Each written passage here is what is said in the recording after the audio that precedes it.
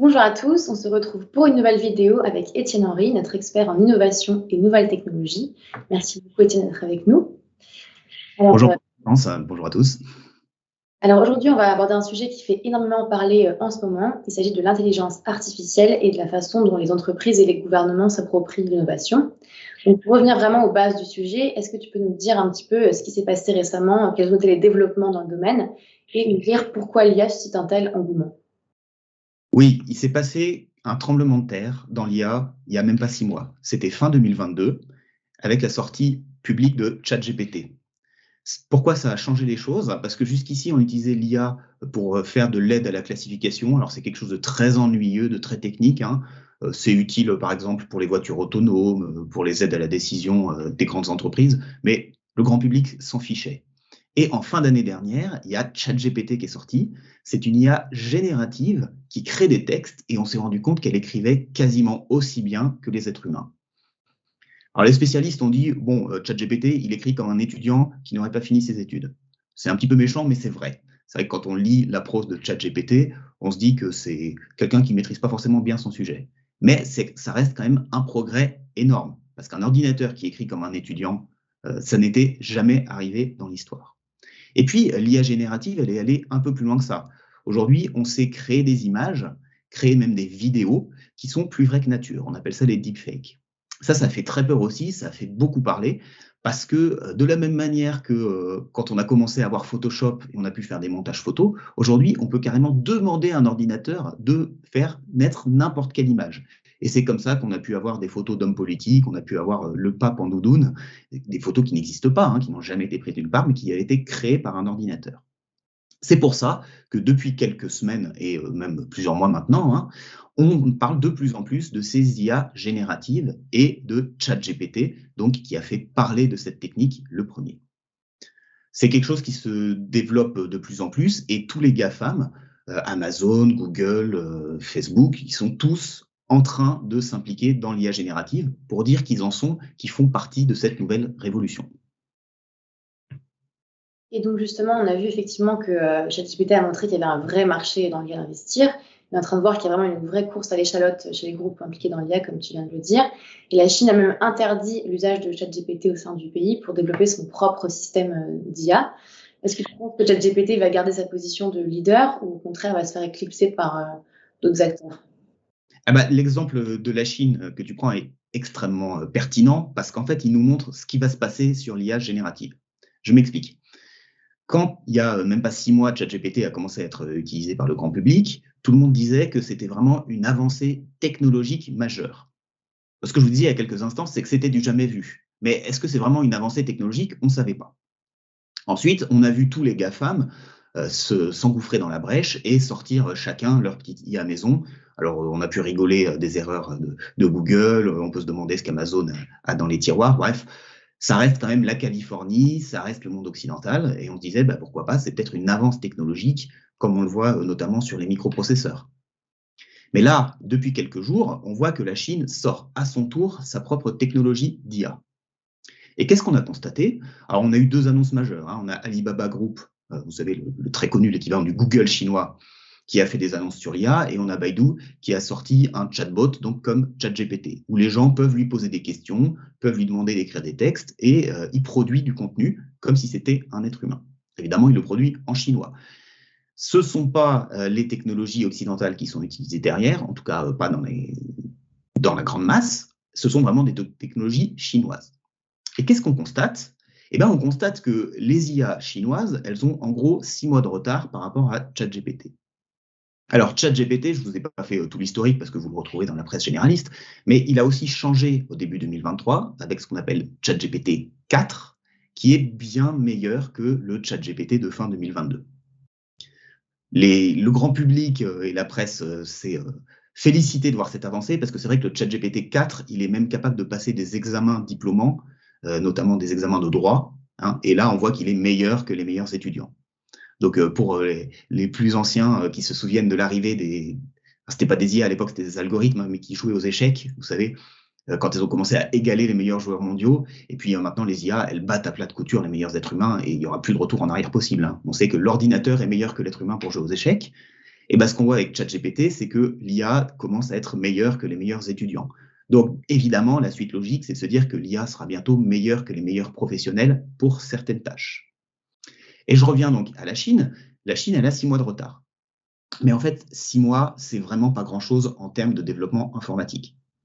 Pour ce qui est censé être une nouveauté à l'échelle de l'histoire de l'humanité, du jamais vu, du jamais fait, rattraper le retard et n'avoir que 6 mois de retard par rapport à la locomotive qui est ChatGPT, c'est rien. Et quand on voit tous les grands groupes, notamment occidentaux, mais donc même en Asie, qui arrivent à faire leur propre IA générative, donc faire du texte, faire de la génération de contenu, créer des images, créer des vidéos, eh ben, ça veut dire qu'il n'y a pas de verrou technologique. Et c'est ça dont je voulais vous parler aujourd'hui, parce que je n'ai pas l'impression que la presse économique est vraiment réalisée, mais on constate que les Chinois peuvent faire aussi bien que les Américains 6 mois plus tard. Donc autant vous dire qu'en fin 2023, début 2024, faire des IA génératives, ce sera plus du tout un différenciant pour les entreprises. Tout le monde aura accès à une IA générative. Et depuis quelques jours, alors c'est un peu technique, hein, mais vous savez, on a beaucoup parlé de l'impact CO2 de ChatGPT, on a dit que ça consommait des mégawatts d'électricité, ça émet du CO2, c'est très polluant, parce que c'est des grands centres de calcul qui le font. C'est vrai, mais dites-vous qu'on peut maintenant télécharger sa propre IA générative et la faire tourner sur un ordinateur particulier. Ça, c'est possible aujourd'hui, hein, en avril 2023. Donc, dans quelques semaines, dans quelques mois, si les petites entreprises, les PME ou même les artisans veulent avoir une IA générative, ils pourront le faire et ils pourront faire tourner ça sur leur propre ordinateur. Donc la barrière technologique n'existe plus, la barrière énergétique n'existe plus et la barrière en termes de puissance de calcul est en train de sauter aussi. Donc, qui seront vraiment les grands gagnants de l'IA, puisque tout le monde sera à peu près au même niveau, si je comprends bien. Exactement, c'est ça qui va se passer. Alors pour savoir qui vont être les grands gagnants, il faut essayer de retrouver des technologies équivalentes qui sont arrivées dans l'histoire de l'innovation. On peut prendre très récemment Internet. Avoir un site Internet, on sait qu'aujourd'hui, c'est absolument obligatoire pour une entreprise. Plus personne ne peut avoir une activité professionnelle sans Internet. Est-ce que pour autant avoir un site Internet, c'est un différenciant? Pas vraiment. Toutes les boîtes ont leur site Internet. Avant, il n'y avait que les GAFAM. Maintenant, il y a toutes les PME. Même quelqu'un qui travaille en indépendant, ça peut être un avocat, ça peut être un plombier. Il peut avoir son site Internet en quelques clics. Demain, je prédis que toutes les activités professionnelles se feront avec une petite IA générative quand c'est utile. Qui va en profiter? Eh ben, ceux pour qui c'est utile. Alors, excusez-moi la tautologie, hein, mais Internet, les gens qui passent leur temps sur Facebook, sur Instagram ou sur TikTok, ils ne gagnent pas en productivité. En revanche, pensez aux comptables. Il y a ne serait-ce que 20 ans de ça, les comptables, ils faisaient leurs calculs à la main, ou au mieux la calculette. Mais quand Excel s'est développé dans tous les cabinets, leur productivité a explosé. Pensez au métier du secrétariat. Avant, on tapait sur une machine à écrire, et puis si on avait fait une faute de frappe, eh ben on roulait le papier en boule et on recommençait. Les secrétaires passaient un temps fou à taper du texte. Avec la suite Microsoft Office, on fait du texte, on fait des éditions, on fait des beaux papiers, etc. Tous les métiers créatifs ont gagné avec l'arrivée d'Internet et des suites logicielles. Et ben de la même manière, les métiers créatifs vont pouvoir bénéficier des IA génératives. Alors, ça peut être des designers, ça peut être des créateurs de contenu industriel, ça peut être les avocats, ça peut être le marketing, ça peut être les journalistes. Tous les gens qui aujourd'hui passent des heures à faire des tâches un petit peu laborieuses et surtout qui sont les mêmes le lundi, le mardi, le mercredi, ça pourrait être confié à une IA en un clic. Et c'est là que vont être les gains de productivité. Et qui dit gain de productivité dit bénéfice pour les entreprises. Alors, je ne suis pas catastrophiste. Hein. Moi, je ne crois pas qu'on va avoir des vagues de licenciements massives.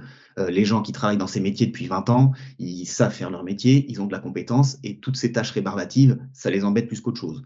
Donc, je pense vraiment que ces gens-là qui vont pouvoir s'appuyer sur l'IA pour leur travail du quotidien, ils seront très contents de ne plus faire ces petites tâches. Donc, probablement, ce qui va se passer, c'est qu'on va les garder. La valeur ajoutée humaine va être de plus en plus forte. En revanche, la masse salariale nécessaire va être plus basse. Donc, les grands gagnants des IA génératives, ce sont aujourd'hui les employeurs des gens dont le métier va pouvoir être optimisé par de la création de contenu automatisé.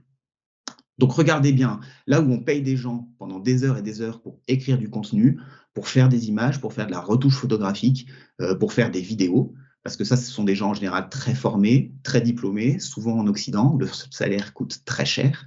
Et ces gens, ils peuvent avoir une productivité, et je ne donne pas ces chiffres du tout au hasard, hein, mais multipliés par 2, par 5, par 10 dans les prochaines années. Donc pour toutes les entreprises Et c'est d'ailleurs bien, parce que ce sont souvent des petites PME qui ont ce genre d'activité, on va avoir un regain de productivité. Par contre, j'attire l'attention de nos lecteurs, dont certains sont investisseurs, je sais, sur les entreprises qui développent des IA.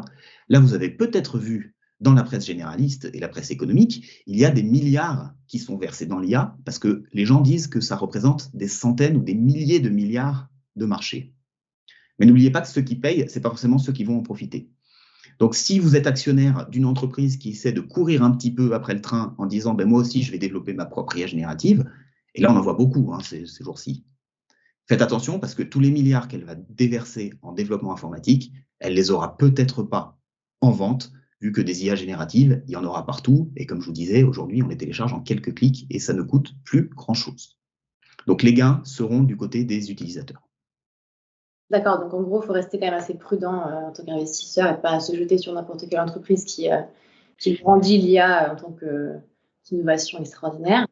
Et en revanche, il y a quand même des gros changements en termes de macroéconomique et qui vont être importants pour les entreprises, les petites entreprises finalement.